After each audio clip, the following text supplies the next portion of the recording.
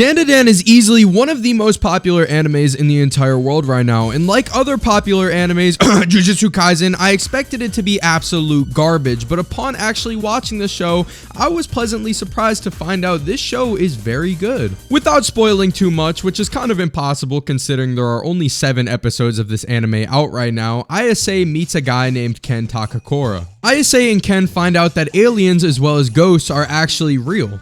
As far as the actual logistics of these beings, no one knows, and that is what makes watching Dandadan so interesting, is you are finding out about these ghosts and aliens as the show goes on. You know about just as much as the main characters. Granted, Ayase does know a little more than she should, and her grandmother definitely knows a lot about paranormal species as she herself is a psychic, but regardless, you are finding more out about these species as the show goes on. Every time a question is asked, you as the viewer are expected to try your best to answer. And that is why I find this plot so interesting. There isn't a bunch of characters in the show that know way more than they're supposed to that then explain to the viewer because they don't want to overcomplicate it. No, they leave you stranded right alongside of the main characters. I find that too often than not in newer animes, they oversimplify things. They expect the viewer to be so stupid that they have to explain every minute detail, and that is why honestly I've preferred old anime. But Dandadan completely flipped that script on its back and has adapted some of the world building you would expect in older anime. They not only abandon a lot of the cliches that you would expect in newer anime, but they also abandon a lot of anime cliches in general.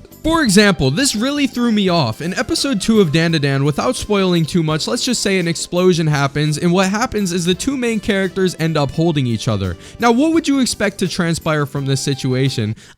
Get off of me, Ken-sama! Stop touching me! We don't see any of that. As a matter of fact, the characters go about this situation in a very normal manner. And this is just one of many examples in the first few episodes even where you expect some annoying anime cliche that's not funny to take place, but it doesn't. Time and time again, they have proved me wrong and not went the simple, not funny route when it comes to a lot of comedic possibilities. Like, I genuinely cannot be the only one who is just so tired of, "You're such a perv, baka perv. Oh, I'm a girl and I eat so much food." There's just so many unfunny anime tropes that this show has completely abandoned. And while I'm talking about the qualities of the characters in the show, let me bring up the main characters and how much I like their authenticity.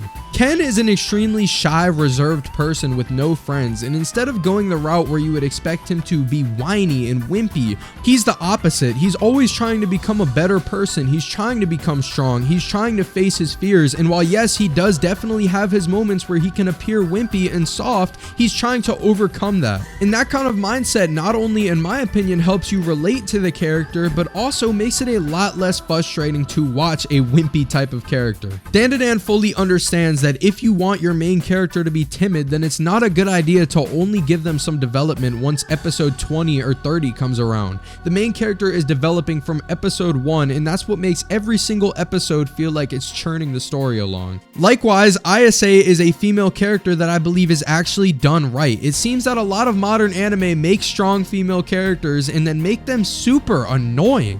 Over and over throughout the story, when she saves Ken, I expect her to say something like, "Can you do anything yourself?" or "Oh, I just saved you again," but nothing like that ever comes. Instead, she is just a well-written character that happens to be female.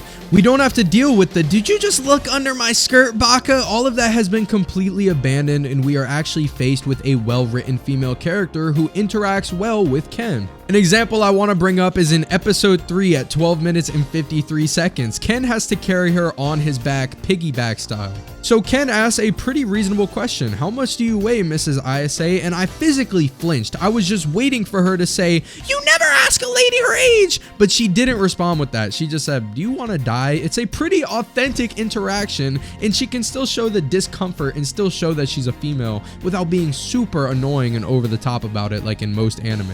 Next, I want to talk about the animation. The animation in Dandadan is absolutely beautiful. A lot of recent animes have been praised for their animation, but in my opinion, they just don't look good. Yes, a lot of the edges are crisp, but in my opinion, you won't find the same passion for the projects that you saw in older animes. And for that reason, you see a lot of shortcuts in modern anime. As the animation gets better and better, you see a lot of budget cutting and freeze frames that you just won't find in older anime. I think Dandadan gives you the look that you would expect from modern animation with the same amount of passion as an older project. That is why I believe you end up with some very good looking, smooth animation. I think the perfect example of this would be the theme song. The theme song has been praised again and again, not only for the song itself, but also the animation, for good reason. I mean, just look at this. It looks very smooth. It looks like nothing we have seen before. Next, I want to talk about the pacing and episode structure of this anime. Things just kind of happen. There's no huge overarching goal. Instead, the episodes are loosely connected by a story.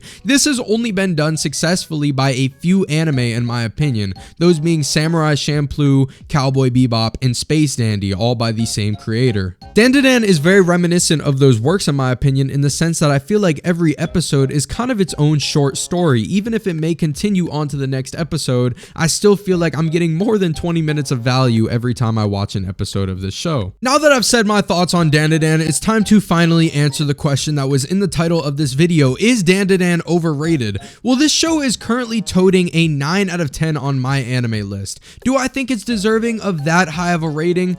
I'm sorry, but I simply don't. Despite how good I think this anime is, I don't find it to be life-changing like I would consider a 9 out of 10 anime. Before I bring up a few anime that I believe to be better than Dandadan and why, I want to bring up a modern anime for people who aren't really into the classics. Attack on Titan is currently toting a lower rating than Dandadan. I think a lot of modern anime fans would actually consider Attack on Titan to be the best anime of all time. So to see it below Dandadan, I do find a little crazy. I want you to keep in mind I am going off the dictionary definition of overrated here. If someone were to say Dandadan is a great anime, I would 100% agree with them.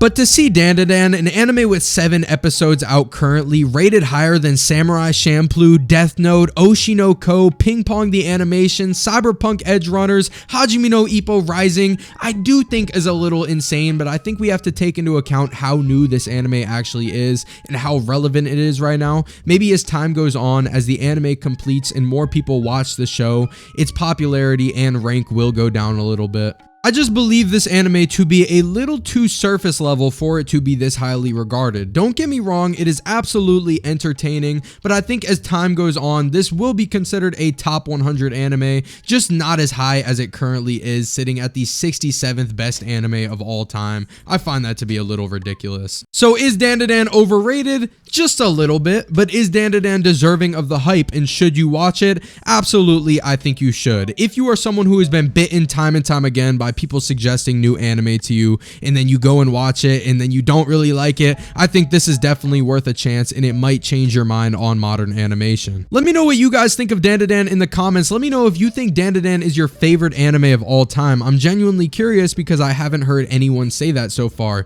And if you enjoyed the video and agreed with most of what I said, please consider leaving a like as it would help out the channel a lot. You can now click either of the 2 videos on your screen if you want to, I guess. Thank you for watching, and I will see you later.